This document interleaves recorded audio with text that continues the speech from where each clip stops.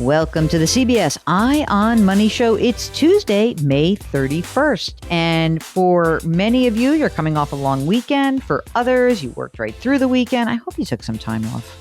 Mark, it's so important to take some time off. And so this is the first show that we're talking to Mark since he's a married man. Mark, how has this changed your life? I have a ring on my finger. That's about it so far. So, I mean, the big difference is the ring. And how does the ring feel? Have you ever worn jewelry? No. So, yeah, I'm still getting used to it. You're going to start futzing with it now, I can tell. You're the kind, you're a fidgeter a little bit. You didn't send me a picture of it. What color is it? Is it silver? Is it black? Is it gold? What do you got? Platinum metal, silver. Of course, it's platinum. That's so obvious. Mark, last week, while you were very busy going and getting married, I went on CBS Mornings to talk about the housing affordability crisis. It's insane. We hear from folks all the time on this pod and on our other shows just how difficult it is. I think that we've been talking about the housing market, the purchase market for a long time. We haven't spent that much time on rent. Just a few stats for you to take this in before I actually replay the segment that we aired last week. Get this, Mark. As of April, rents for studios, 1 bedrooms, 2 bedrooms jumped 16.7% from the year before. Sounds bad, right? It is bad. But remember that if we incorporate the COVID years, it's not quite as bad. So if I look at, say, right before COVID, February 20, right, to February of 22, rents nationally up 6%. That's not so bad because inflation ran at 10% over that 2-year period. And if you look at the 5-year numbers, it's even like a smaller differential, meaning that rent's up 18% over the last 5 years, 16% inflation. So usually rent kind of jibes with inflation over the longer term. That's what usually happens. But look, rent is soaring and home prices continue to rise. They're up by 32 and 33% or so over the past couple of years. So we've been trying to get this segment on the air for a while, but there's been so much crazy breaking news. I'm glad we got this on. This is a housing affordability crisis segment, and the anchors are Gayle King, Dana Jacobson, and Michelle Miller. And on the other side of this, Mark and I will talk. So here is the segment from CBS Mornings. In today's Money Watch, we're talking about the massive spike in rents and home prices across the country. And anyone who's looked to move in the past several months knows exactly what we're talking about. As of April, the average cost of rent has jumped more than 16% from the same time last year. And the price of homes has increased more than 34% over the past 2 years. We brought in CBS business analyst Jill Schlesinger to give us some advice on how to handle these situations.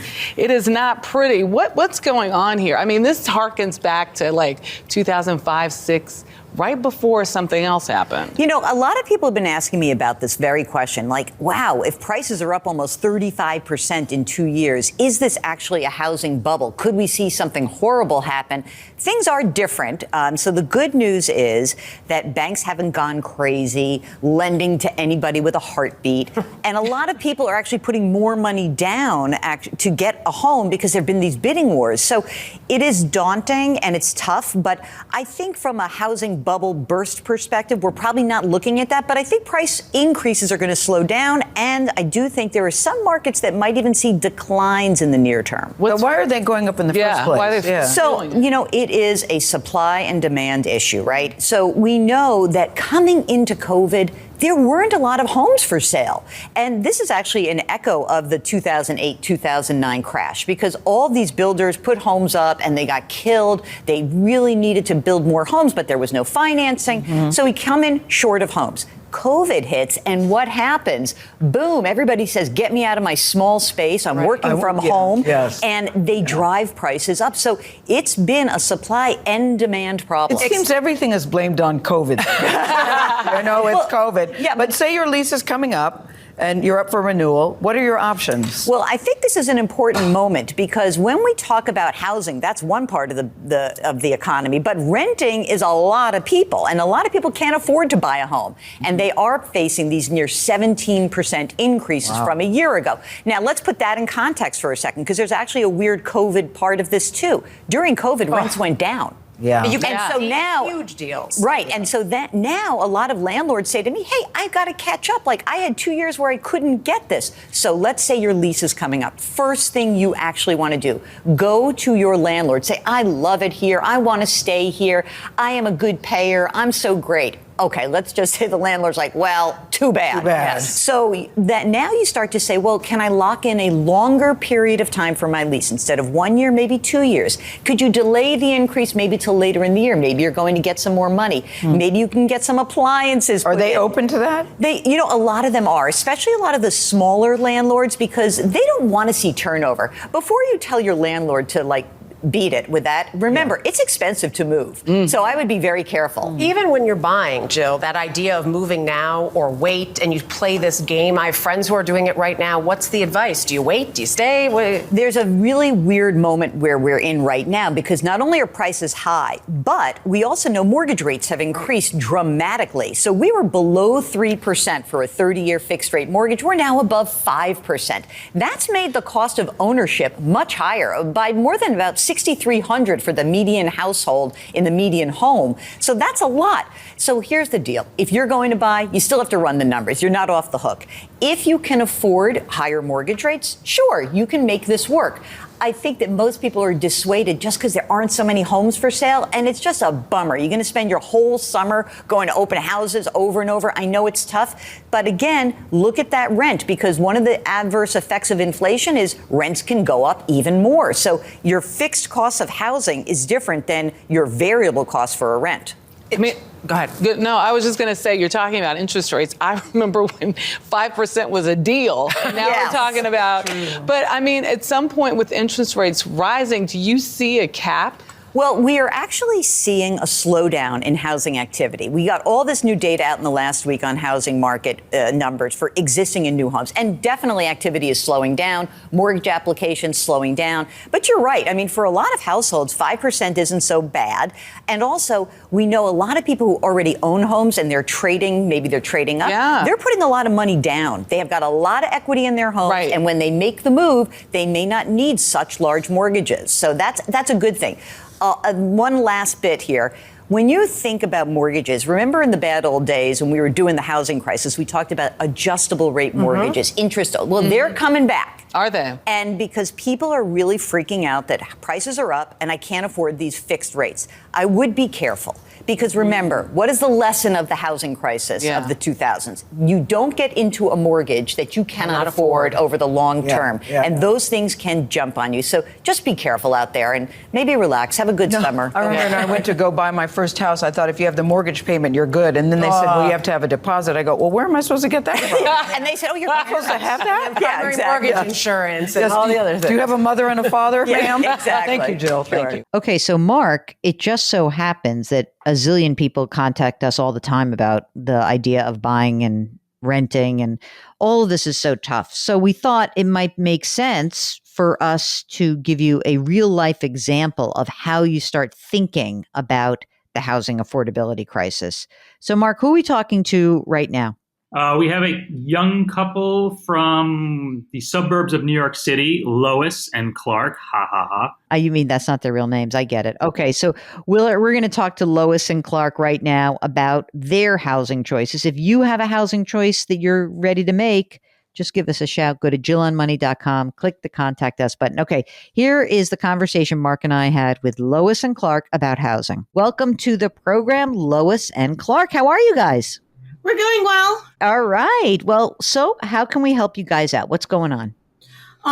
We wanted to know if we could afford a house in Westchester County, and with making what we make. First of all, you guys are married?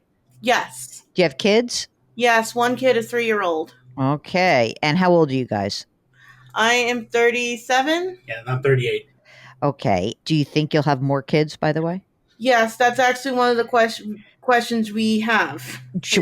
How to do that? I can't give you that instruction. This is a family show. I can't get involved in that. But no, We've already if done we it can, once. yeah, we were wondering if we could afford a house, if we should stay where we are, if we can afford another child, if we buy a house. Oh, I'm not going to tell you. Oh, whatever. You have another kid if you want to have another kid. Don't worry. Don't worry. You'll figure it out. What are you doing now? You're renting? No, we have a co-op. Okay. What's the co-op worth? I can probably sell it quickly or for $150. And do you have a mortgage outstanding on it? Yes, but I can pay that off today if needed. How much is the mortgage that's left on it? Less than $3,000. Oh my gosh. You really can pay that off. Okay. If you had to stay in that co-op, could you have another child in that co-op, or would it be like, oh my God, this is so tight? Till relatively like a week ago, my husband was calling this the nightmare scenario, but right now we're trying to do a positive outlook, so we're calling it Plan S for safety. Okay, I like it. I would be stretching my abilities to make this co-op work, but probably if we all squeeze in and be cozy. We should clarify that we currently live in a one-bedroom, 950 square foot apartment. All right. Okay. So we're less than 1,000 square feet. So we're taking a big, deep breath on that. Okay. I like a Plan S for safety. I like that. How much do you guys earn together? Gross before taxes, 134 Total. Okay, 134. And are you putting money into retirement plans on that 134? We're currently contributing, I have the numbers here, total of almost $1,300 into 401k and Roth, and that's not including our son's 529 plan. How much are you putting into the 529 plan? $100 a month. So you guys are saving $1,400 a month. Yeah. No, Oh. that's just in retirement parts. We also had much about $1,000 a month in savings. So wait a second. $1,300 a month in 401k and Roth, $100 a month in a 529, and $1,000 a month. About in saving. Like that's like long-term, medium-term savings. Yeah, that's great. So how much money do you have right now in pre-tax 401k? I called you about 2 years ago, and I converted a lot of my pre-tax to post-tax to be Roth 401ks. So almost not a lot. I don't think we have much in anything. Everything's post-tax. Okay, so how much is in the Roth version? Somewhere between 40 to 60 between the two of us. We both have separate accounts, but I haven't looked at it since the slide. So somewhere between 40 and 60. Okay, that seems reasonable. And then how much is in the 529 plan? Last time I looked, 10,000, 11,000. And what about the savings? We have about, between the two of us, probably very close to about $50,000. And if I pay off the mortgage today, it'll be closer to about 45. Yeah. Well, let's not pay the mortgage off until we know what you're doing next. Exactly. Right? So let's think about this. All right. So you want to stay in the town where you live right now. And what does that mean in terms of what you could afford? Like, again, I know the market's a little nuts. It's getting softer. So that's good. I'm talking to you on the morning that we just got some new housing data out, and it does look like activity is slowing down. So maybe prices will slow down. But if you wanted to move into something that is, more not your dream home, but like reasonable, that you say, okay, this is worth the move. How much would we have to pay for a new home? I'm thinking 500. We did put an offer on at 550. That would have stretched us, which had us, start really making graphs and everything. Yeah. But that was stretching. But we're thinking we're probably going to have to reduce our retirement to make anything work for a $3,000 a month payment. Okay, so if you had a $500,000 house and you put your $150 down, let's say, right, and you have a $350,000 mortgage, what kind of mortgage were you guys looking at? We have a local credit union we would have gotten from. And what's the rate-ish right now for you? I think my realtor said it would be 4.3. Does that be for a 15 or a 30? 30. And the payment on that was what for a $350,000 mortgage? They were saying it would be like $3,000 a month with the insurance and the interest and principal, interest, and taxes. Taxes, taxes are what kills us. So, could you find a $500,000 house? Do you feel like there's some inventory out there for you guys, or has it just been horrible? It's been horrible, to be honest. We've been looking for the last 3 years. 2 years, but we've been seriously in the market for the last 1 year. We've been to maybe a total of maybe 15 or 20 open houses. We've seen a realtor. We put a bid on one house, and That would have stretched us. That would have stretched us. That was a 550. And we kind of got cold feet after that, and we're just not seeing anything out there. There are a couple of ones that we couldn't look at. There's some we looked at and have at least one deal breaker. What's a reasonable percentage of our incomes we should pay for this thing? Because we're looking at numbers that the same realtor was quoting us, like housing prices, including utilities, upwards of $3,500 or $3,700 a month. After taxes, that's like 60% of our take-home pay. Yeah. I mean, usually we like to keep it under 30% of your gross, and not even, don't look at the take home because you live in a high cost area. Okay. So if you could do 30%, I think the $3,000 a month, you can afford it. I really do. It's a question of whether you find a house there. I mean, look, what I would do is if you can be in your home and you can find a $500,000 house and you can put your $150 down, then what you would pull back on would be the savings and the 529. Basically, you would pull both of those back and see how it goes. And you just keep putting money into the retirement accounts.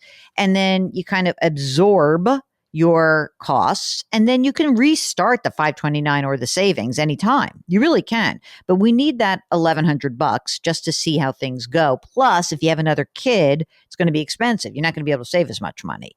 I think you can afford a 500. You probably can afford a 550, even though you're freaking out about it. Like, honestly, it's not going to be as a big a deal. Are you guys in jobs where you have pensions by any chance? I have a pension. And I do contribute to my pension, the most that they allow me to. And is this a job you think you're going to stay in for a while? We're like the millennials that got screwed over by the 2008 financial crisis. So, I have no reason right now to think that my job is in danger. And neither does he. But there's no guarantee we're going to have the same job in, say, 2 years. I got you. I got it. We've both been working at the same job, mine for 6 years and him for 3 years. But you're not sure. You're like playing, you want to be conservative. Yeah. If you want to be conservative and you feel like, and I know it's sort of a hot job market this second, but I think it's better to be conservative so that if I look at your costs, I think if you can get into something for $3,000 a month or $3,200 a month or something like that, all in, you're going to be fine. Okay. If you can't, then, I think we have to make some different decisions. Okay. I mean, staying in the co-op with one kid is fine. I mean, if you had a second kid, whatever. Mark and I are in New York City. So we tend to know people who live in 1,000 square foot house apartments with 2 kids and they make it. They figure it out. It may be that you just have to do that for the time being if you can't find a new home. I do think the housing market is going to breathe a little bit here. Activity's down already. There's going to be more inventory. How do you feel about just pausing for the summer and not making yourselves crazy? That's actually kind of what we were thinking and trying to make this co-op a little bit more organized. We're going to know a lot more information in the next few months about the housing market. You've got to make a game plan that feels comfortable for you. So how about if in all of this, big picture, we're going to move. We're going to have a house. You are going to have a house. I don't think there's any, unless you're like, we're just going to keep this one kid. We're not renting with an option to buy another child. You have one kid and you can make your apartment, their co-op beautiful and you love it and it's great and you stay there and you're like, we love having all this cash flow. It's awesome. Or you say, if we keep this to $3,000 a month, or really, it's kind of like $3,300 a month all in. If you do that, you're going to be fine. You can continue to save the money in your 401k. We just put a pause on the 529. Kids are only 3 years old, so that's good. And we put a pause on your savings. You have a beautiful $50,000 in savings, which is fantastic. And let's just kind of see where the next few months leads us. We're just in this really weird point in the housing market that I do think you're going to have a little bit more opportunity in the next, say, 3-6 months. Kids not in school yet. You don't have to worry about, which is the elementary school. Do you like the elementary school where the co-op is located? My area does school choice. And if I get him in the school, I registered for him and I balloted it for him. If he gets in the school that I want, he'll probably go in September. If it's not, I got a couple of other rabbits up my sleeve, tricks up my sleeve of how to deal with that. Okay. Well, I mean, look, I think it's all good. I'd like to give you some respite from some of this anxiety. So I like the idea of like you can spend some of your savings to make the co-op a little bit, like, as you said, let's make it more efficient. If I don't know if that means, let's spend 10 grand on getting built-ins in this place because it's better for storage and we'll just be more efficient with our space. Just make your life nicer because you're making good money. You're saving a ton of money. You've already saved a ton of money. You're in good shape. Just a couple of other quick questions for you. Do you guys have life insurance? Yes. What do you got? We both have 300,000 on each of us. You may want to up that to at least $500,000. You can go to Policy Genius or go to Haven Life. Just get another unless you can buy it through work. If you can buy another $200,000 through work and it's cheaper, then no, they're all. It's a whole life policy. Oh, forget that. Okay, so then what I would suggest is get another $200,000 each of just term life insurance, 15, 20 year. Be done with that. Do you have wills? No, I knew that you were going to yell at us for that. It's been our to-do list for more than 5 years. Just keep putting it off. What is the thing that's holding you back? Do you guys guardianship? All right, you got some bust out siblings. You don't like your No. I have who I want. We want to have guardianship of our son. So, like, what's the problem? Why do we not have a lawyer? You must know a lawyer. No, I know a lawyer, and I also get that through work too. So, oh, come on, just get this done. Come on, this is so important. You live in the suburbs. If you drive on the Hutch, the Bronx River Parkway, or the Cross County, I beg you to please get this done. I will. I was just moving it to the top of the list. I will call them after we're done with here. All right. I think you guys are going to be okay. Take a deep breath. Take a break from the looking. Just have a nice summer. Meanwhile, while you're not looking for apartments, you can for houses. You know what you can do? You can get your wills and your guardianship and your healthcare proxies done, and you'll make Aunt Jill very happy. All right. Okay. Thank you, Aunt Jill. Very good. All right. If you, like Lois and Clark, have a question about housing, we'd love to help you out. Just go to JillOnMoney.com, click the Contact Us button. Let us know if you want to come on the air. Don't forget to sign up for the free weekly newsletter every single Friday. Mark does such a good job. It's right on our website. It's so good. Okay, Mark Talercio, the co-host and the executive producer of the program. And we are distributed by CBS. We drop our episodes every Tuesday and Thursday. We would ask if you wouldn't mind to please leave a rating or review on Apple. And don't forget to lift someone up today. Curiosity, compassion, community. Thank you for listening. We'll talk to you on Thursday.